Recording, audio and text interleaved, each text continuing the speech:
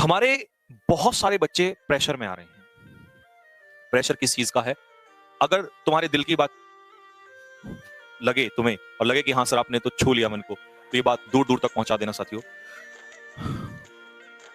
Job, family,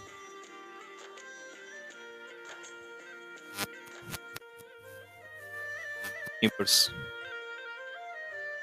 relatives, friends,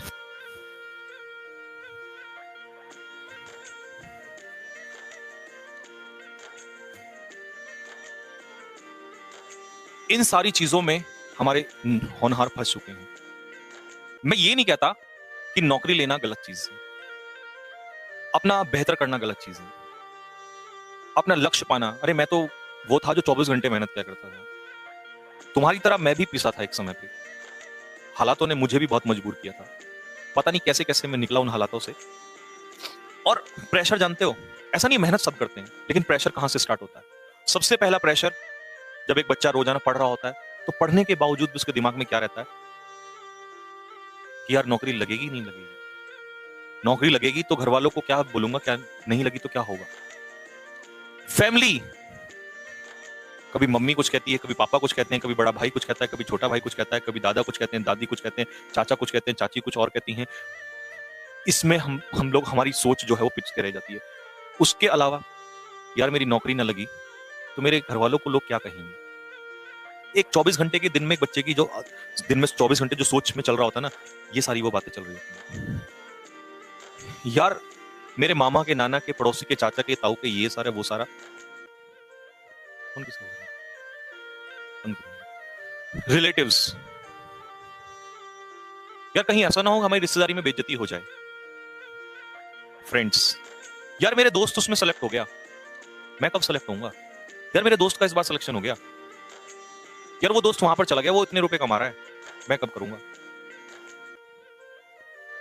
बच्चों मैं आपको बताऊं, अपने दिमाग से खुद, अपने दिल से पूछना एक बार बैठ के, अगर तुम सिर्फ पढ़ने का, सिर्फ पढ़ना, अगर सिर्फ पढ़ना आपको होता तो बहुत ही आसान था। अपने दिल से पूछना, भले ही तुम्हें ऐसा लगे कि सर ये बात नहीं है, लेकिन सच्चाई तुम्हारा दिल गवाही दे देगा। सिर्फ कोई अगर ये कह दे कि तुझे दुनिया में कोई मतलब नहीं है, बस पढ़, जॉब लगे ना लगे तो पढ़ ले, सिर्फ पर मन से पढ़ ले, तो जितना पढ़ रहे हो ना 5 गुना पढ़ लोगे उससे ज्यादा। जब पढ़ते पढ़ते भी दिमाग में ये चीजें चलने लग जाती हैं तो बच्चों पढ़ाई का मन आधा रह जाता है। क्योंकि मैं जिस युद्ध को लड़ रहा हूं उसमें हार होगी या जीत, ये ना सोच के लड़ूं तो जीत होगी। जब मेरे हर बार मेरे जहन में ये आएगा कि अगर मैं हारा तो क्या होगा। और आज आपको मैं एक बात बता दूं, जो ये एसएसबी में फेल होते हैं ना बच्चे ज्यादातर, वो इसी वजह से फेल होते हैं, क्योंकि वो पहले यही सोच के जाते हैं अगर वहां से बाहर हुआ तो क्या होगा, और इसी चक्कर में वो बाहर हो जाते हैं वहां से, क्योंकि वो एक डर लेके जाते हैं वहां से। और जो डर लेके जाएगा, डर वाले का तो कोई काम ही नहीं है यार, खुद सोच के देखो अपने दिमाग से। इसी डर को लेके तुम आज जी रहे हो, और इसी डर को लेके तुम एसएसबी में जाते हो, और यही डर जो है तुम्हें बाहर निकाल के फेंक देता है, क्योंकि किसी ने कहा है कि हार का डर दुनिया में सबसे बड़ा डर होता है।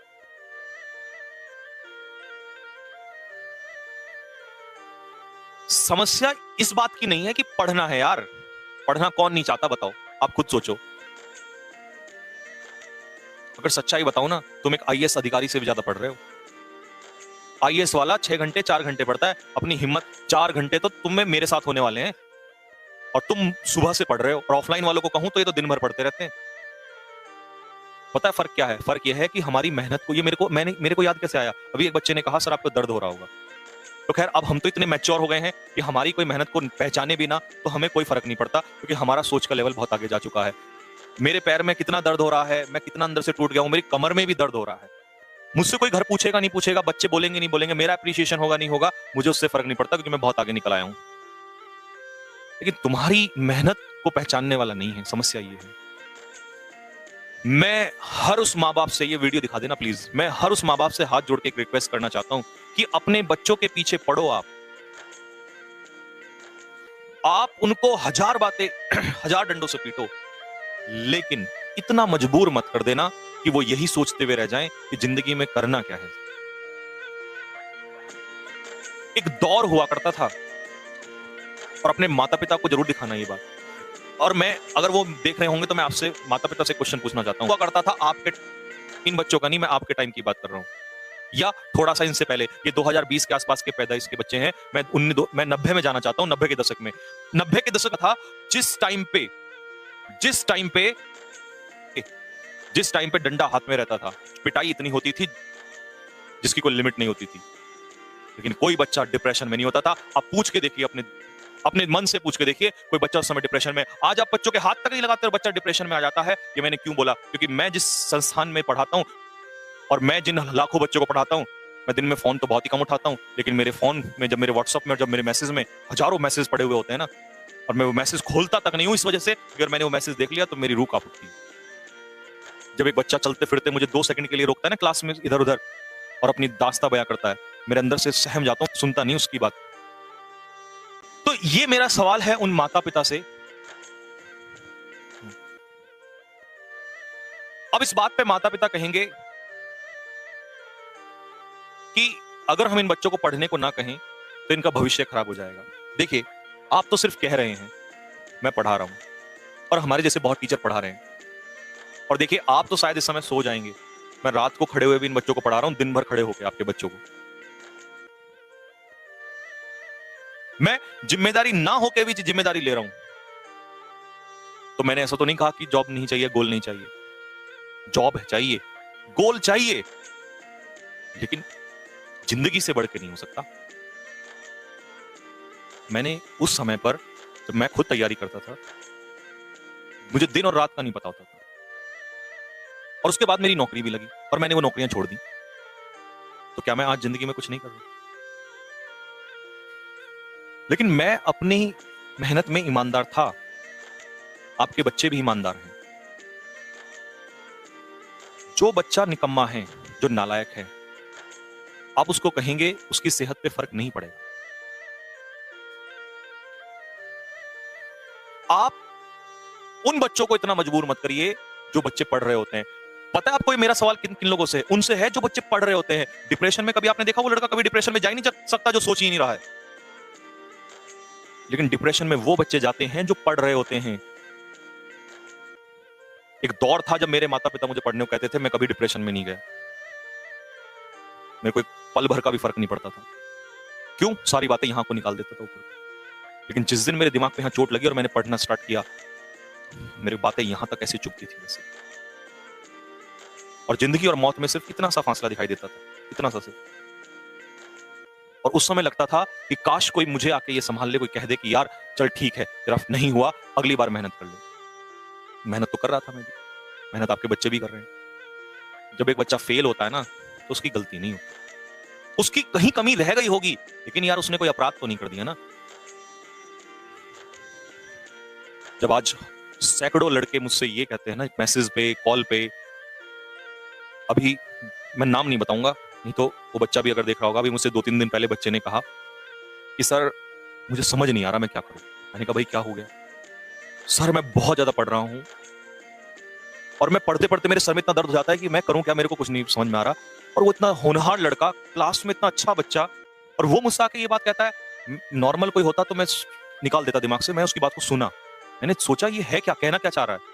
जब उसकी 20 मिनट बाद मैंने सुनी तो मेरे को समझ में आया कि वो सिर्फ और सिर्फ उस डिप्रेशन का शिकार हो गया है, और वो अगले आने वाले 1-1.5 महीना भी खराब कर जाएगा और सब बर्बाद हो जाएगा। तब मैंने कहा उसको, मैंने कहा भाई एक काम कर, तू पहले 1-2 दिन का रेस्ट ले, घूमने जा जरा कहीं पे, हो जाएगा जो हो जाएगा जिंदगी में। हमें क्या लगता है? हमें ऐसा लगता है कि किसी बच्चे को 24 घंटे तुम किताबों के सामने बैठा दोगे, वो ज्यादा पढ़ लेगा उससे। ऐसा नहीं होता। मेरी हालत अभी मैं बताता हूं आपको, एक सिंपल सा एग्जांपल देता हूं। मेरी हालत अभी इस कदर हो गई है कि मुझे 20 मिनट भी अगर एक्स्ट्रा, आधा घंटा भी एक्स्ट्रा खड़ा करवाओगे तो मैं गिर जाऊंगा, मैं कल भी नहीं उठ सकता। मतलब मैं अपनी लिमिट का 100% कर चुका हूं। इससे ज्यादा ऊपर जाऊंगा तो मैं कल खड़ा नहीं हो सकता। तो अगर मैं आज आधा घंटा फालतू खड़ा होकर और कल का दिन भर खराब कर दूं तो क्या ये सही बात है?